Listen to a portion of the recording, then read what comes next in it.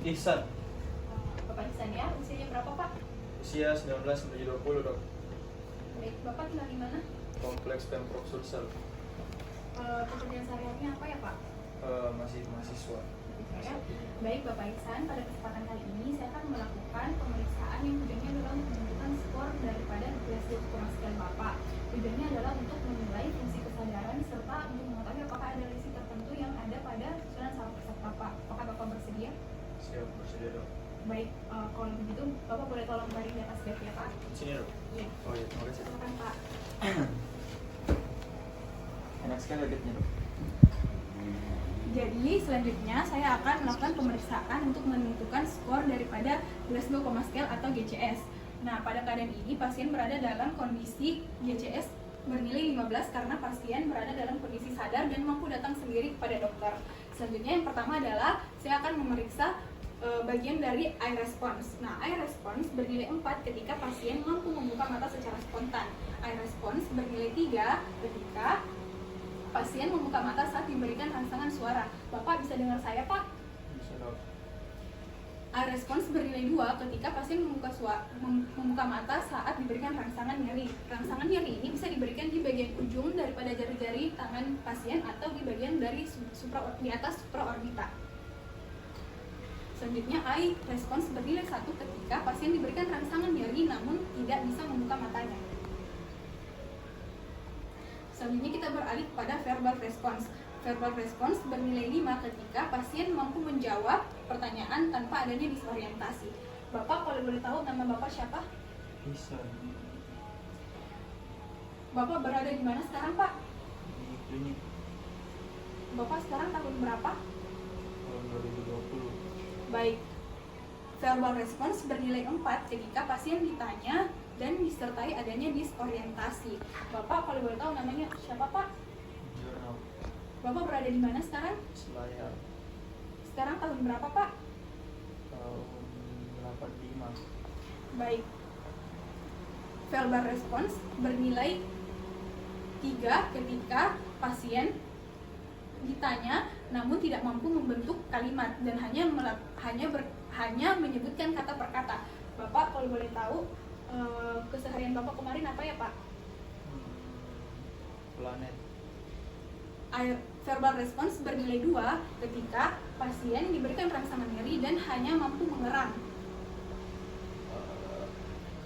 Verbal response bernilai 1 ketika pasien diberikan rangsangan nyeri namun tidak mampu memberikan respons sama sekali. Selanjutnya, movement response. Movement response bernilai 6 ketika pasien mampu mengikuti perintah. Bapak boleh tolong angkat kedua tangannya di atas kepala, Pak? Baik, boleh tolong turunkan, Pak?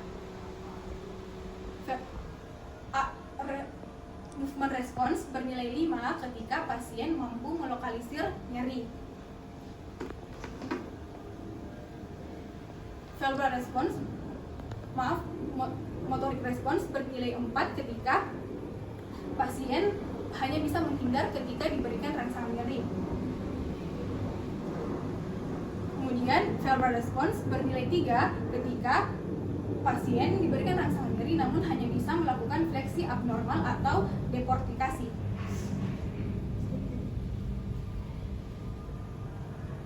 Kemudian motorik respons bernilai 2 ketika pasien diberikan rangsangan nyeri namun hanya bisa melakukan ekstensi abnormal atau deserebrasi.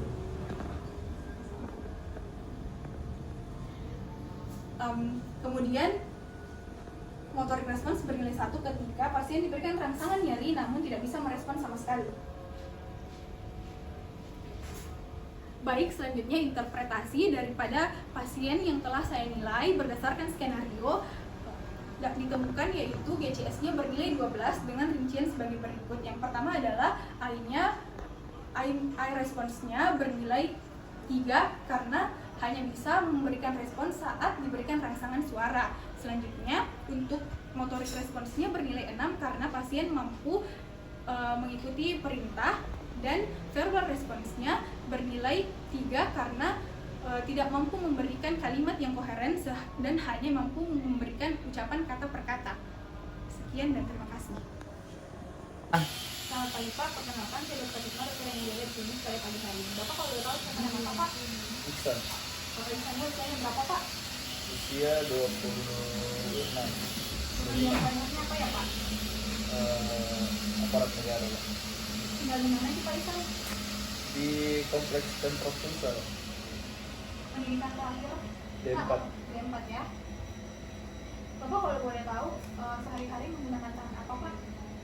Tangan kiri, Tangan kiri. Kalau menulis tangan apa Pak? kanan, Kanan ya. Makan tangan apa? kanan. Tangan kanan ya. Baik Bapak, jadi sebelumnya saya akan melakukan tes fungsi kortikal luhur. Tujuannya adalah untuk menilai fungsi kognitif Bapak, termasuk memori, pengetahuan, kemampuan berbahasa, dan lain-lain.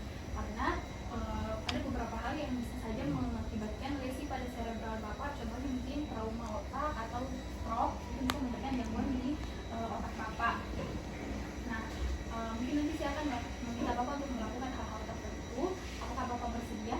Bersedia. Bersedia ya? Insyaallah. Baik Bapak, sekarang pertanyaan yang pertama saya akan menanyakan ya Pak, sekarang tahun berapa Pak?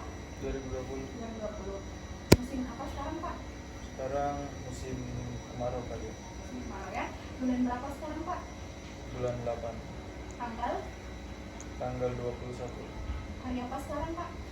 Jumat. Baik. Kita berada di negara mana sekarang Pak? Indonesia, Di Indonesia. Provinsi apa Pak? Sulawesi Selatan, Kota apa? Kota Makassar.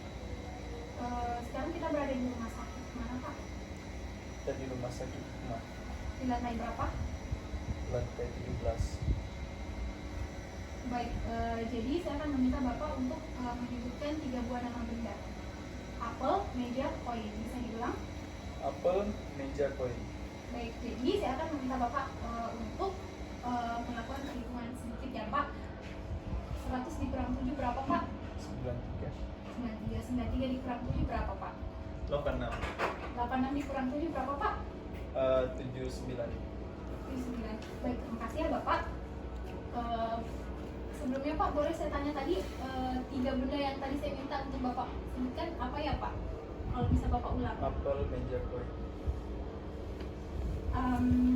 Bapak, kalau boleh tahu Bapak ini bisa sebutkan ini apa Pak? Cangkir, gelas, Ini apa Pak? pensil. Baik, Bapak boleh tolong mengulang kata-kata saya ya Pak?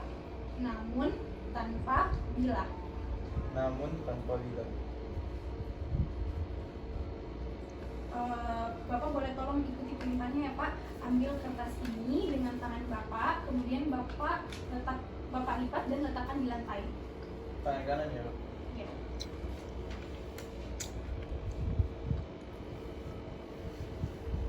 Bapak boleh tolong tutup matanya. Baik. Kemudian saya akan meminta Bapak untuk mengikuti gambar ini ya Pak. Boleh tolong Bapak menggambar.